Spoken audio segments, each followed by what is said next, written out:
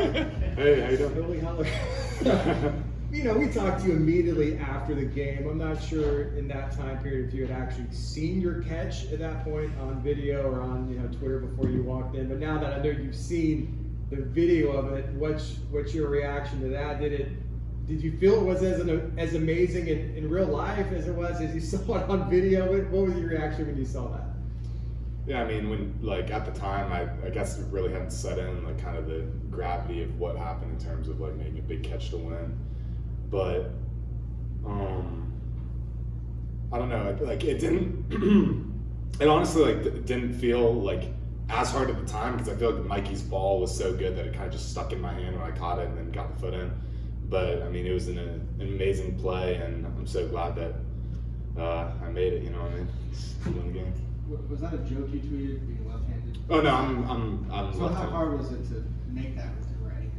I mean, I write with my right hand, but everything athletically, I do with my left. So I don't know if maybe in elementary school I was taught with my right instead of my left because I just saw everyone else doing it with their right hand. But my handwriting's pretty bad, so that's probably maybe I am just all left-handed. Ambidexterity aside, the name, you might have heard me ask Coach about, there's some circles where this is being named the Holy Holler. You think that's a worthy name for the catch?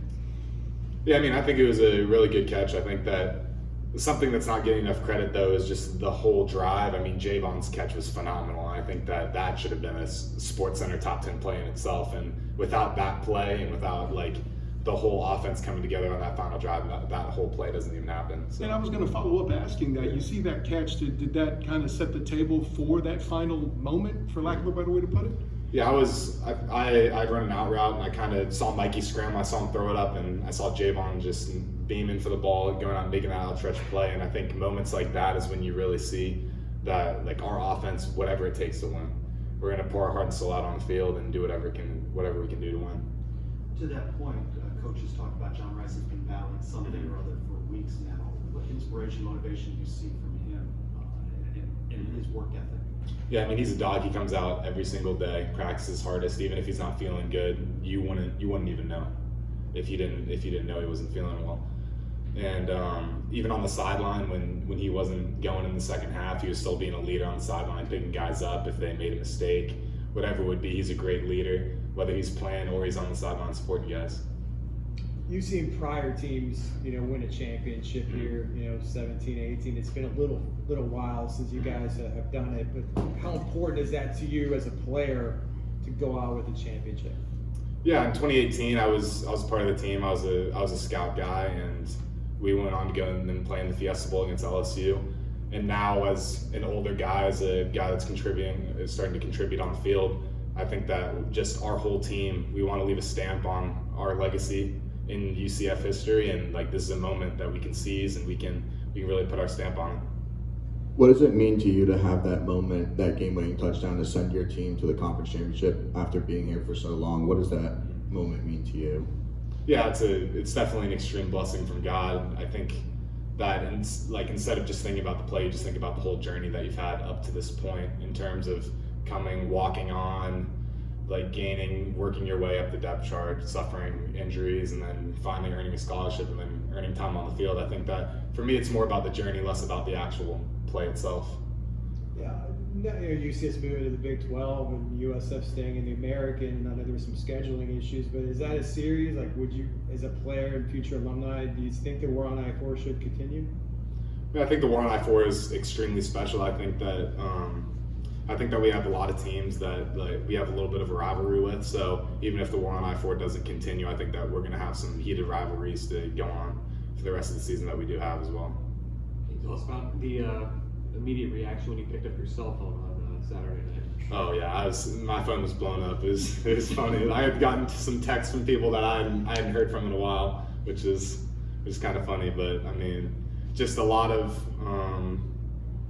support, and I really appreciate all the messages and just all the Night Nation's just energy and just the support for our whole team after we won that game. And then you touched on your journey a little bit. For those that don't know it, can you kind of expand on kind of what it's taken to get to this point in your career?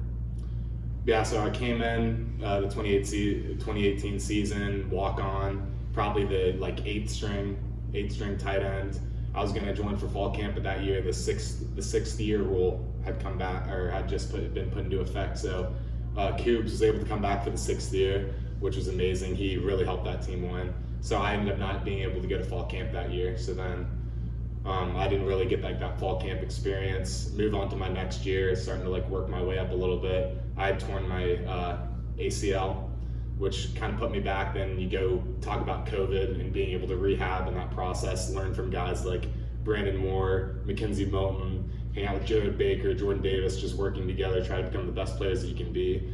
Then playing after that season in the COVID year, where I don't know if we had 8 or 9 games, but that's where I first kind of started playing a little bit.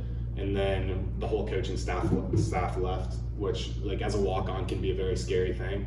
But when Coach Malzahn and his staff came there, a staff that really doesn't look at players based on scholarships and not scholarships. They look at players based on how they play and who they are.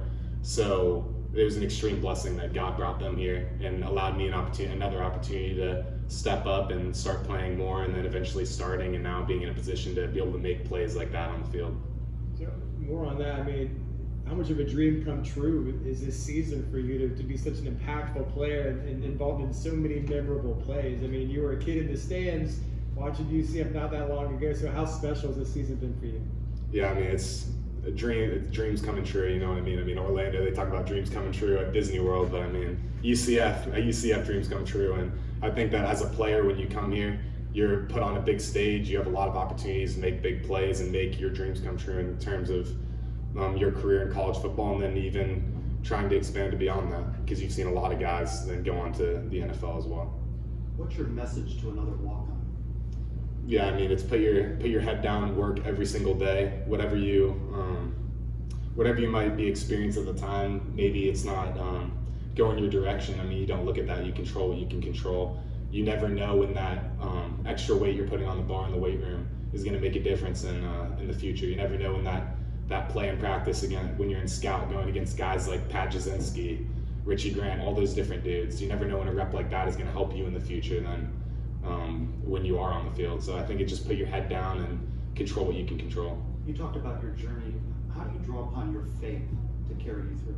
Oh yeah, I mean, faith is the biggest thing for me. I think that I kind of, in terms of my testimony, I kind of came into college, and once you're away from your family, when you're in a Christian household, it's kind of like it's your turn to kind of go after your faith on your own. And I think that I started to fade away kind of in terms of my relationship with God.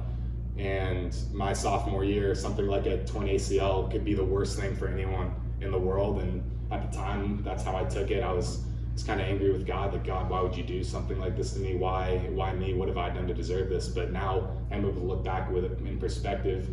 Now that I've put my trust back in God, and knowing that His plan is absolute and He is sovereign, and at the end of the day, I mean, He's going to do what's best for you. You might not think it's best for you, but it is. And that torn ACL, to this day, I would say is the greatest thing that He's ever done for me, because it showed me how strong I am as a person when I put my strength in Him, and how much He truly means to me, and how much a relationship with Him is worth.